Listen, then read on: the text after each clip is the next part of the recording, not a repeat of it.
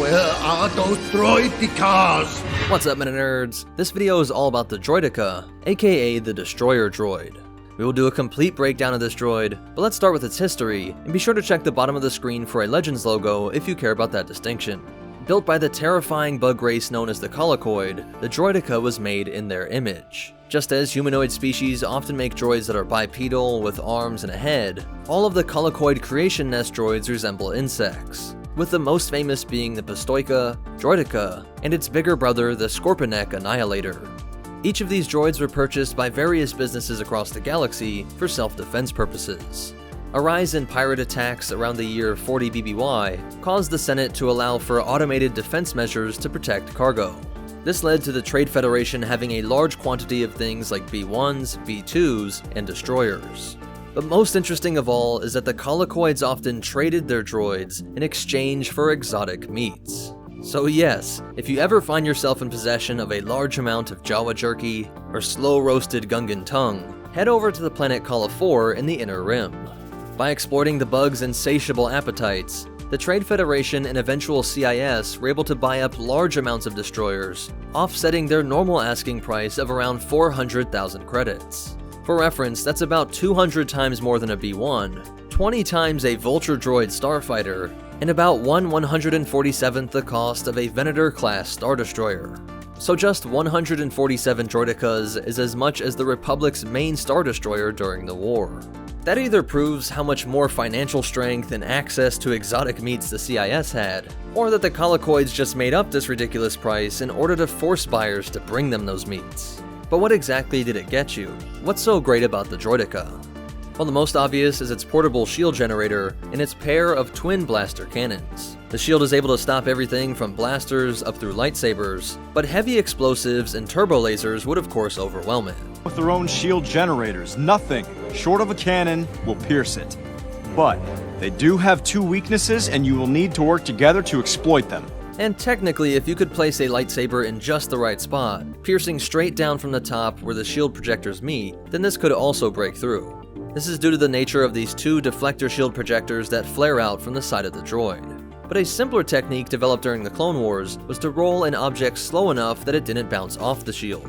This is the result of a solution that the engineers made so that the droid can walk around. In order to allow the Droideka to move around while the shield was activated, the engineers had to develop a way to prevent the shield from bouncing off everything in its path. Simple things like tables, other droids, and even natural formations like rocks and trees would have been kept out from passing through the deflector shield. This would cause the droid to either knock these objects over, or when those objects were unmovable, prevent the droid from being able to walk past them. You would have silly scenarios where it couldn't walk through ranks of other droids, down a narrow path, or even through a forest. So to fix this, the Droideka shield is phased to repel anything that moves faster than it can walk. This ends up allowing it to walk through any terrain, but because it walks so slow, this threshold also blocks any projectiles or even blade attacks. But it did leave the door open for this one flaw. What the shields don't stop are slow or stationary objects. They're designed to absorb them, so nothing hinders their movement. The rebels on Onderon were trained by the Republic to roll an ion grenade at just the right speed to pass through the shield. But it was some time before this flaw was discovered, and even then it was still known as the Separatist most deadly infantry unit. That is because these dual-firing blasters were of the same power as most stationary guns and the Z6 rotary cannon. By using this schematic to see how it all works, power is brought in through these cables, the plasma is generated in this section, and made into a coherent blaster bolt in this concentrating tip. All of the weapon and general power for walking and for its sensors is generated by the brilliantly engineered array of batteries that serves the dual purpose of operating as the droid's spine. The limbs are motivated using pneumatic pressure, while a repulsor assembly helps to both reduce the effective weight of the Droideka and to create the push that helps it roll around. The repulsor is located at the bottom of this bulb, which actually houses a mini reactor, something that is needed to power a personal shield generator of this strength. It also helped that repulsor to get up to a rolling speed of 75 km per hour or 46 miles per hour, a speed that is faster than an AAT and about as fast as a Lion.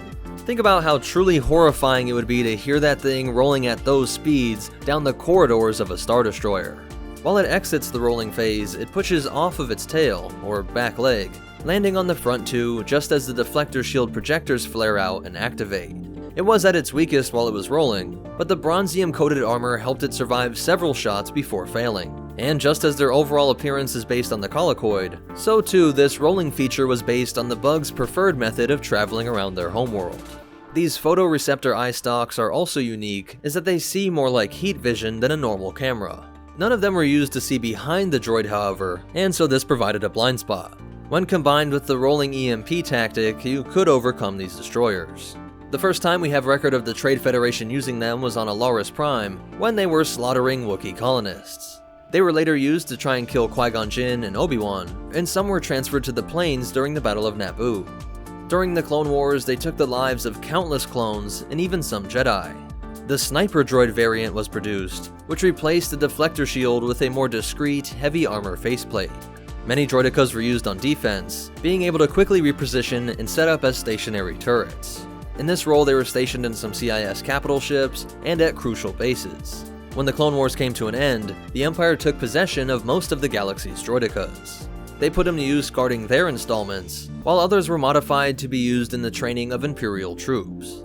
Outside the Imps, the largest amount of Droidekas went to the corporate sector, where they carried out their original role of guarding VIPs and protecting cargo. The crime lords Tiber Zahn and Jabba the Hutt both got their hands on them, and every now and then a lone Droideka pops up in some odd part of the galaxy. One called the Unwinder was a champion in a gladiatorial arena, while another saved Chopper in a massive droid scrap heap. Some guarded Quarantine World 3, which housed the 000 droid matrix. One of them tried to kill Dr. Aphra, but later she would come to own one of her own. The Rebel Alliance would also use some, and during the Galactic Civil War era there were these two new variants, the Droideka Oppressor and Droideka Sentinel.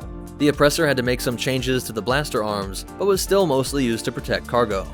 The Sentinel, as the name suggests, was used to protect Rebel bases and contained an upgraded targeting sensor. Whether any survived on to be used by the Resistance or the First Order is still unknown. So that's it for the breakdown, but you definitely want to hear these cool facts and behind the scenes stuff.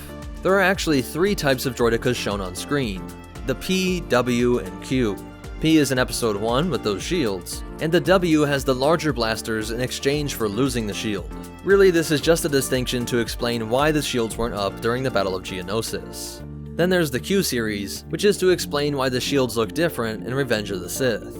In Legends, there are also rarer variants like the Grapple Droideka, an incredibly tall Ultra Droideka, and the terrifying Mark II. And to deploy these various variants, there was the Droideka Dispenser. The amazing blaster sounds that we hear in episode 1 are actually derived from the sounds of the AT-AT's blasters. This early concept art would later be used to make the LR-57 combat droid. And the Eka ending of Droideka comes from the colloquoid word for airling or drone. Some of the breakdown information in this amazing Droideka schematic comes from the visual dictionary for episode 1, The Phantom Menace. So that's it for the Droideka. If you want to connect with us on social media, find ways to support our channel without it costing you a thing, or check out our Patreon, be sure to check out the links in the description. Special shout out to our supporters over on Patreon, but most important of all, remember, the colloquoid debts must be paid in only the finest Gungan cuts, and the Force will be with you, always.